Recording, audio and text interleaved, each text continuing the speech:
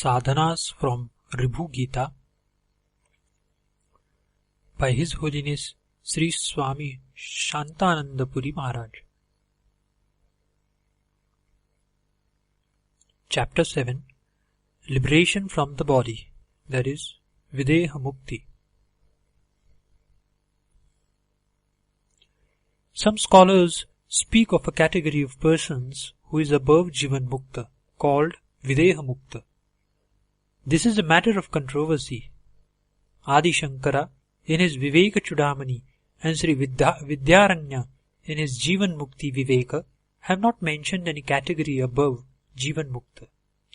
In Ribhu Gita also, the characteristics of both are almost the same, and there are no broad and recognizable distinguishing features. This is almost like dividing a Jivan Mukta into four categories like Brahmavid, that is knower of Brahman, Brahmavidvara, that is better knower of Brahman, Brahmavidvarinya, that is still better knower of Brahman, and Brahmavidvarishta, that is best knower of Brahman. Based on various sadhanas adapted and the prarabdha.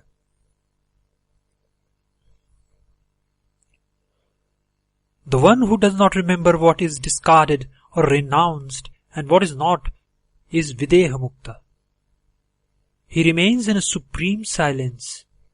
He is the self of all beings.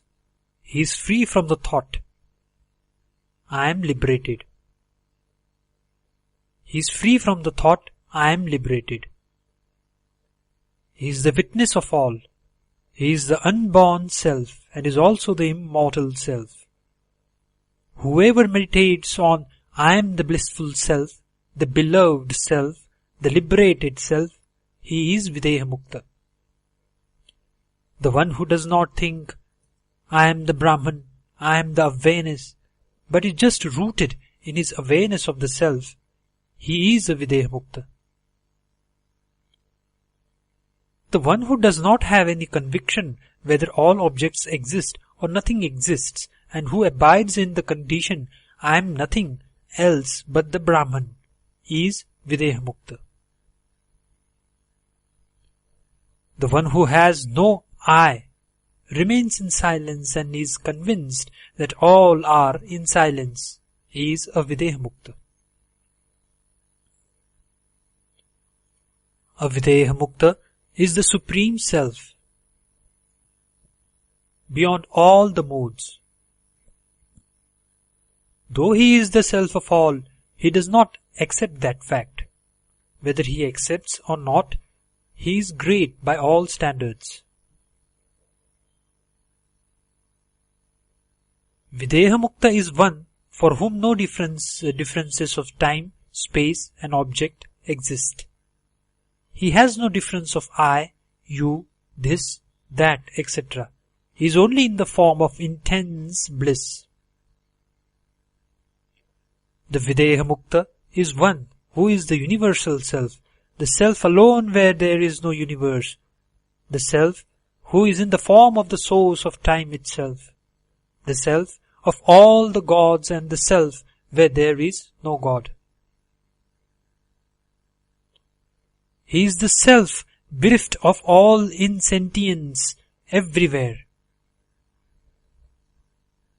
He is the inner self of all and thus belongs to everybody. That alone exists. None of the objects of the world exists. Everywhere it is in the form of consciousness alone. There is nothing called awakening or enlightenment. The one who has this firm conclusion is a Videhamukta. The one who does not have any conclusion that either this world is all consciousness or that I am all consciousness, he is Videhamukta. The one who is of unlimited form, subtler than the subtlest, the pure one, the one who is beyond the state of a Jivan Mukta and one who is in the form of transcendental bliss, is a Videhamukta.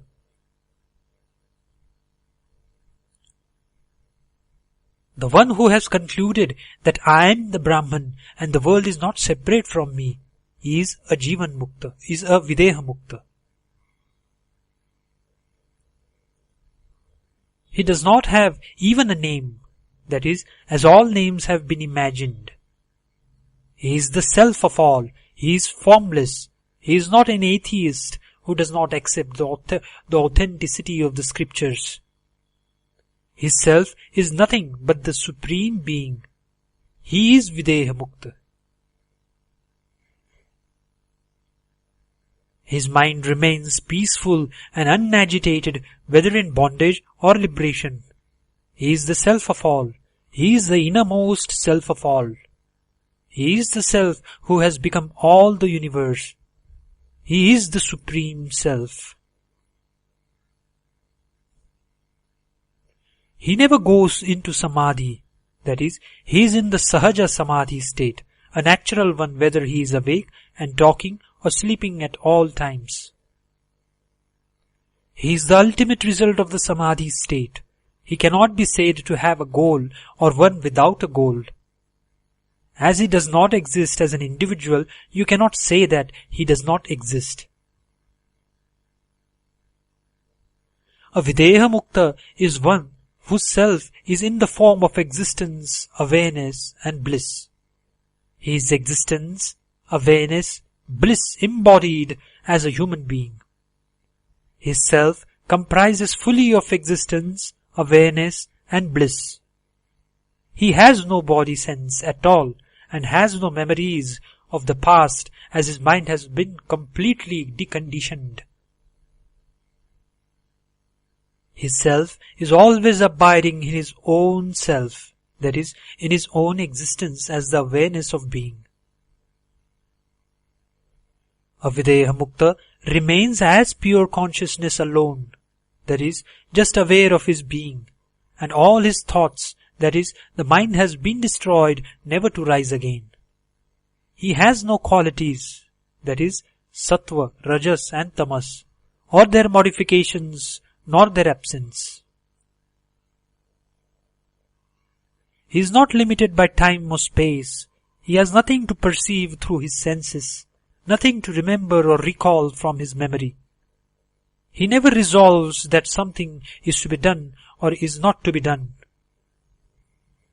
He revels in infinite bliss and has renounced all enjoyments of the world. He is the witness of all, that is, no long as he sees the world, and there is nobody else to witness him. For a Videhamukta, the entire universe is non-self. He does not consider it even as the form of Brahman. He remains as his own self and is self-effulgent. The one who has no remembrance of his body, whether it was thin and emaciated or fat, is a Videhamukta. His bliss cannot be described in words. As he has no body sense, none of his senses are active and functioning.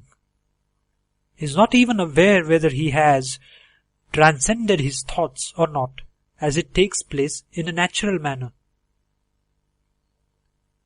A Videhamukta is one who has transcended all thoughts. His mind never reveals or illuminates any other object. His mind is completely bereft of all thoughts. A Videhamukta is one who is the Supreme Brahman itself, full of transcendental bliss. He is the Supreme Self and beyond all that can be called as Supreme. Nobody can ever see or understand his internal form or external form. He is the essence of all Vedanta philosophy. He always abides as the pure self without any attributes. He is one who is not aware of even the difference between the pure self and its opposite, that is, the individual soul or jiva. The Videhamukta is one who is always drowned in the essence of the happiness of Brahman. He is always full of the nectar, that is Amruta, of Brahman. is always full of bliss. He always lives in the best of the nectar of Brahman. He remains rooted in the pure bliss of the Brahman. He is always chanting repeatedly the sweetness of the nectar of Brahman. Here ends chapter 7.